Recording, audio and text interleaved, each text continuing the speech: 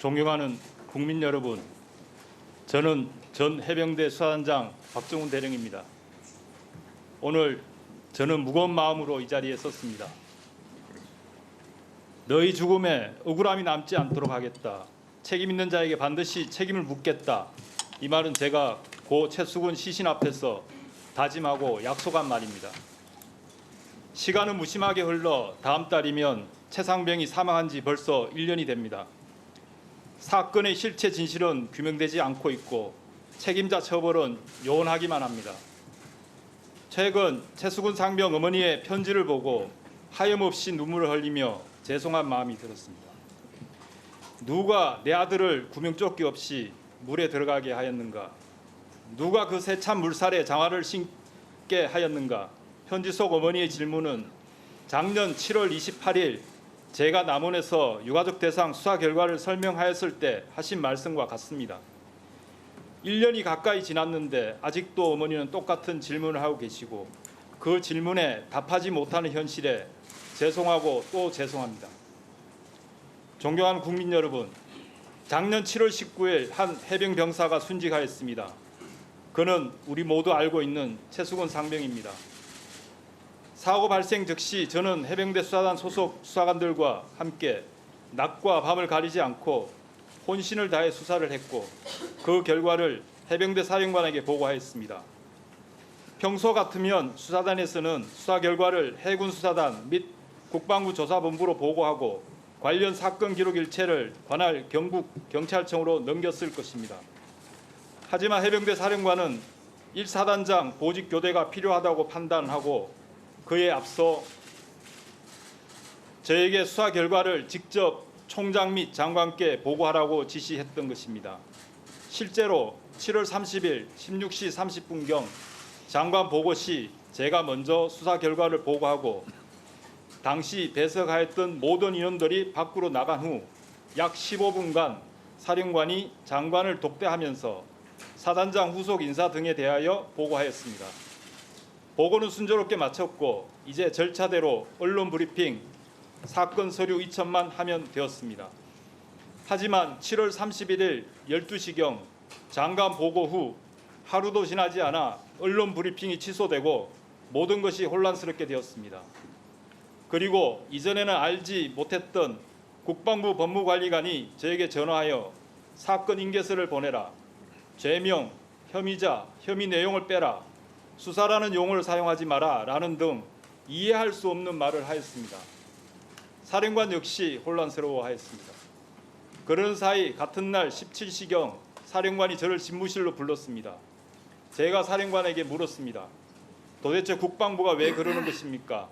사령관은 저에게 오늘 오전 11시경 대통령이 수석 보좌관 회의에서 국방비서관으로부터 1사단 사망사고 관련 보고를 받으면서 이런 일로 사단장을 처벌하면 대한민국에서 누가 사단장을 할 수 있겠느냐며 경로하였다고 했습니다.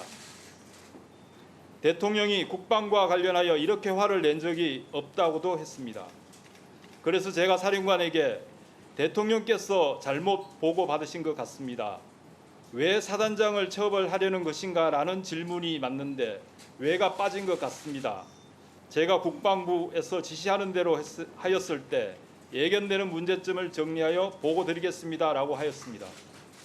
이후 저는 중앙수사대장, 1광역수사대장, 수사지도관 등과 함께 이 문제에 대하여 논의하였고 과거 사이버 댓글 사건 수사 외압 관련 국방부 장관, 조사본부장이 구속된 사례를 회상하면서 수사 서류를 변경할 수 없는 이유를 정리하였습니다. 언론에서 이미 공개된 고 상병 최수근 익사 사건의 관계자 변경 시 예상되는 문제점이라는 문건입니다.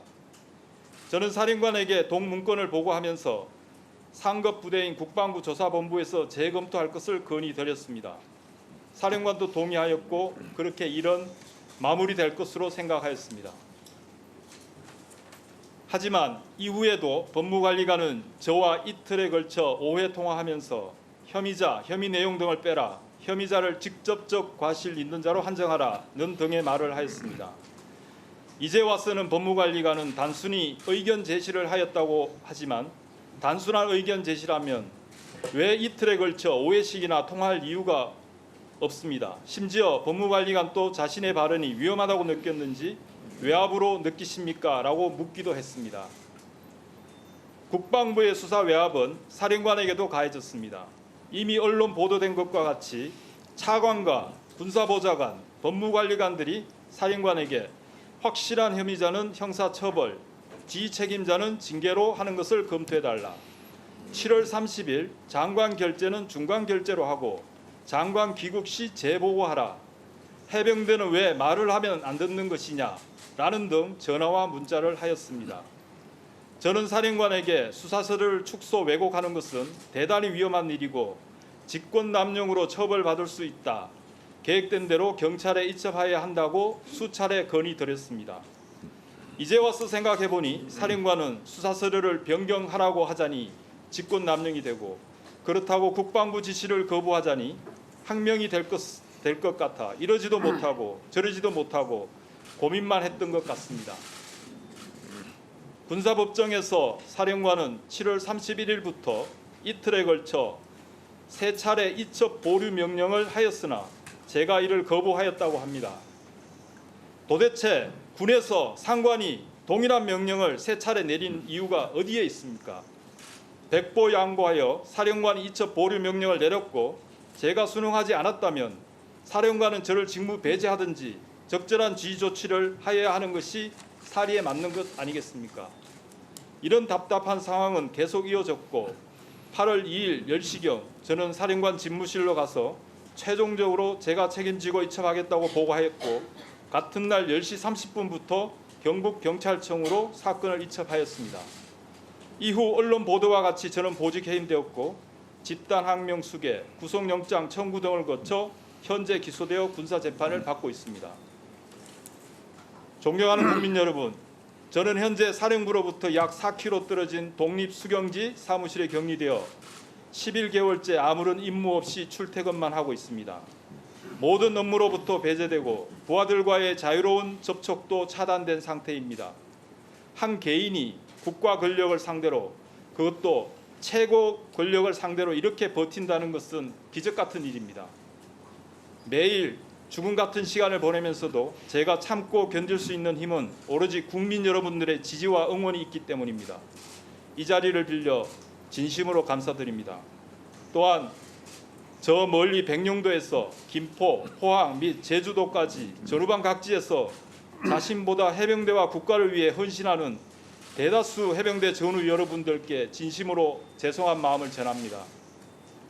본의 아니게 해병대 명예가 실추되고 국민들로부터 조롱거리가 되는 모습에 너무 가슴이 아픕니다. 제가 사랑하고 청춘을 보낸 해병대가 어쩌다가 이렇게 되었는지 감히 국민 여러분께 청원합니다. 제가 아는 대한민국 해병대 대다수 지휘관들은 자신의 안위보다 부하를 살피고 솔선수범하며 책임을 다하는 충성스러운 해병들입니다.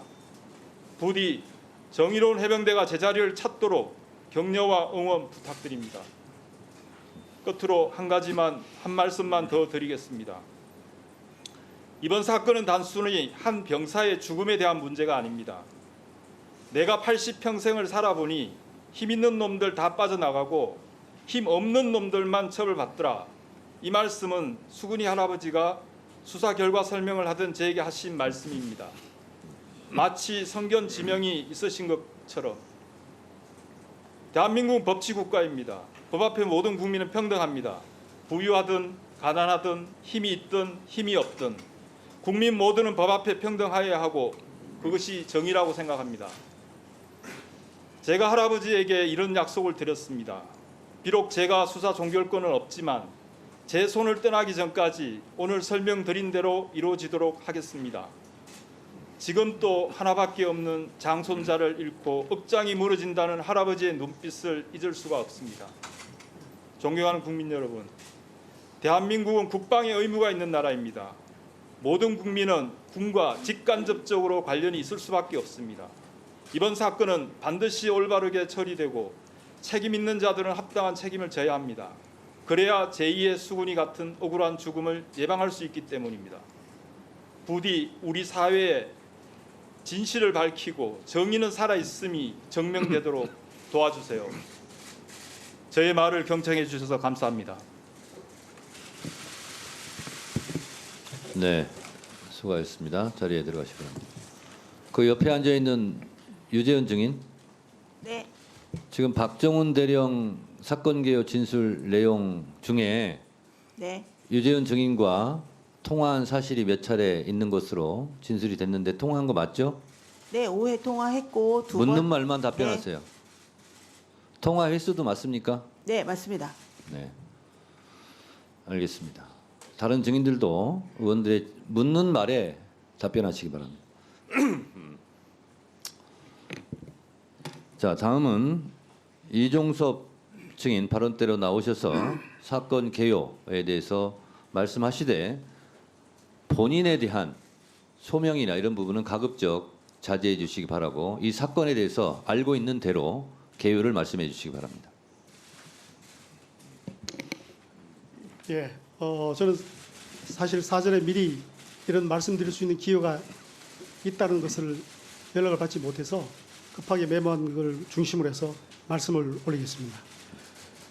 먼저 군 작전간에 안타까운 희생자가 발생한 점에 대해서 참으로 송구하고 다시 한번 안타까운 마음을 전합니다. 아울러 고인의 명복을 다시 한번 빕니다. 그리고 1년이 다 돼간 이 시점에 아직도 이런 논란이 계속되고 있다는 점에 대해서 유가족분께 참으로 송구한 말씀을 다시 한번 올립니다. 철저한 수사를 통해서 책임을 조속히 규명하고 이제는 재발 방지 대책과 같은 그러한 미래를 향해서 우리 군이 좀 더 강해진 모습으로 나가는데 더 많은 노력을 했으면 좋겠다는 생각을 하면서 제가 메모한 것을 중심으로 해서 간략하게 보고드리겠습니다. 7월 30일 날 오후에 일요일인데 제가 해외 출장 준비 중에 바쁜 시간에 해병대 사령부로부터 언론 설명 자료를 보고하겠다, 시간을 좀 달라 해서 짧은 시간 할애해서 보고를 받았습니다. 그 자리에서 제가 보고를 받고 두 가지 의문점을 제기했습니다. 첫 번째는 여단장은 입수 금지, 그리고 꼭 필요한 경우 우리 장화 깊이까지만 들어가라 라고 지시를 정상적으로 했는데 왜 업무상 과실치사 혐의가 적용이 돼야 되느냐라는 질문을 했었고, 그 다음에 현장 통제를 했던 여군 2명 포함해서 그 간부들은 단순히 그 수색조에 포함이 같이 되어서 함께 힘들게 고생했는데 왜 이들은 왜 업무상 과실치사 혐의가 적용돼야 되느냐라는 질문을 했었습니다. 그리고 유가족분들께 이미 다 설명이 되었다는 말을 듣고 제가 단호하게 다시 재검토를 시키지 못하고 알았다라고 하고 결정을 했습니다. 그리고 다음 날 31일 날 제가 11시 12시 직전에 해병대 사령관에 전화해서 이쪽 보류를 지시를 하게 됩니다.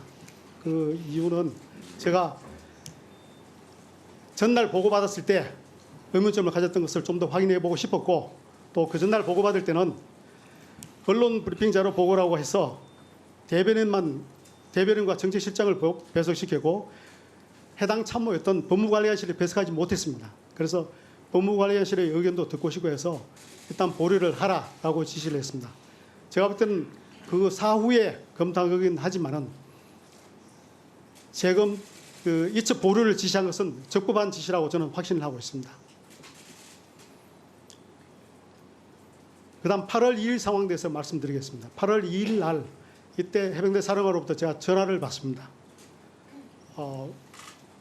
당시 해병대 수사단장이 경북경찰청으로 이첩 시도를 했다 하는 거였습니다. 그래서 제가 바로 검찰단장으로 전화해서 국방부 검찰단장에게 해당되는 조치가 뭐냐라고 토의를 하고 수사를 지시를 했습니다. 이어서 해병대 사령관에게 인사조치를 검토하라고 지시를 합니다. 그 두 가지 지시가 있고 난 다음에 대통령실로부터 전화를 받았습니다. 그래서 이미 그 시점은 제가 지시를 하고 난 다음 시점이고 제 기억도 그렇고 통화 기록상도 그렇게 되어 있습니다. 그 다음 제가 8월 8일 날 법무관리관으로부터 이 문제를 앞으로 어떻게 할 것인지 라는 것에 대해서 검토를 한 결과를 보고를 받습니다. 거기에는 재조사 같은 경우는 다시 조사를 해야 되기 때문에 시간이 많이 걸린다. 그리고 또 불필요한 오해를 받을 수 있다라는 그러한 이유 때문에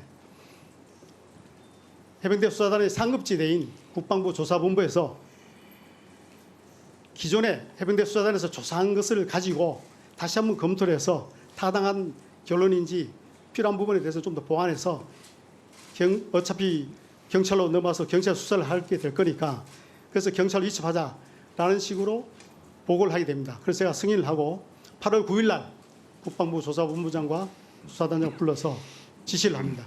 재검토를 하라라고 지시를 하고 그 이후에 8월 20일 날 재검토 결과 보고를 받습니다.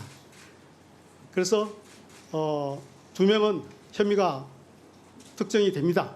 그래서 피의자 신분으로 기재를 하고 나머지 2명은 제가 처음에 보고받을 때 지적했던 초급 간부 2명, 초급 간부라고 표현은 다를 수는 있지만은 중위 1명과 상사 1명입니다. 이 2명은 아무리 봐도 혐의 단정할 수 없다. 그 2명은 뺍니다. 그럼 나머지 4명은 현재까지 해병대 수사단에서 조사한 그 조사 기록만 가지고는 업무상 과실치사 혐의가 있다라고 단정이 어렵다. 그러니까 수사권이 있는 민간 경찰에서 수사를 하도록 하는 게 좋겠다 해서 그렇게 표시를 하고 6명을 경북경찰청에 이첩을 하게 됩니다. 그래서 세간에는 사단장을 빼고 이첩했다는 얘기가 많은데 그렇지 않습니다. 해병 1사단장이 포함이 된 상태에서 포함을 시켜서 경북경찰청에 해병대 수사단에서 조사했던 조사 기록 모두 일체를 그대로 이첩을 하게 됩니다. 그래서 현재 경북경찰청에서 수사를 하고 있는 중입니다.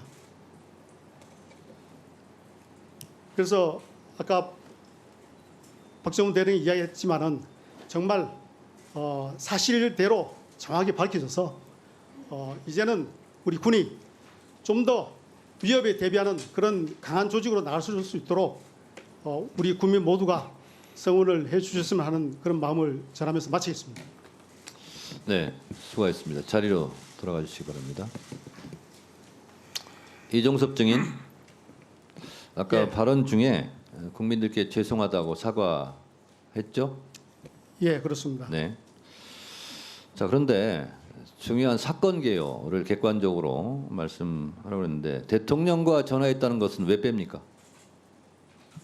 아까 제가 8월 2일 날 그 사건을 했습니다. 대통령실로부터 전화가 왔다고 그랬죠. 왜 대통령하고 통화했다는 사실은 뺍니까? 네, 그거는 대통령하고 통화한 사실이 있어요, 없어요? 있습니다. 대통령과 직접 몇 차례 통화한 했습니까? 맞습니다. 몇 차례 했습니까? 기록상으로는 3차례인데 안 기록상은 몇 차례입니까, 그러면? 제가 차량으로 이동 중에 받은 거라서 와이파이가 좋지 않아서 끊어졌다 다시 자, 받은 게 기록상 3번이라고 그랬죠? 예, 그러면 기록상 3번이면 더 여러 차례 했다는 거네요. 맞죠? 그렇지 않습니다. 기록으로 되어 있는 것이 전부입니다. 기록상 3번이라면서요. 기록상 3번이 실제 3번이면 뭐라고 기록상이라고 말할 필요가 없잖아요. 실제 3번입니다. 분명합니다. 실제 3번입니다. 그런데 왜 기록상 3번이라고 말합니까? 기록상 3번이라고 말했기 때문에 기록되지 않은 더 많은 전화 통화가 있지 않냐라고 당연히 물을 수밖에 없는 거죠. 저는 반대로 말씀드리고 실언입니까? 싶은 것이 실언이에요? 그렇지 않습니다. 저는 기록상 3번이지만 실제는 2번이다. 이 말씀을 드리고자 했던 겁니다. 왜냐하면 와이파이가 불량해서 전화가 끊어져서 바로 다시 이어지니까. 2번 했는데 끊어져 가지고 세 예. 차례로 나왔기 때문에 실제는 2번이다. 예, 그렇습니다. 그 말씀을 드리고자 했던 겁니다. 그러면 사실이 아니면 매우 곤란한 상황이 발생할 수도 있다는 점을 말씀드립니다.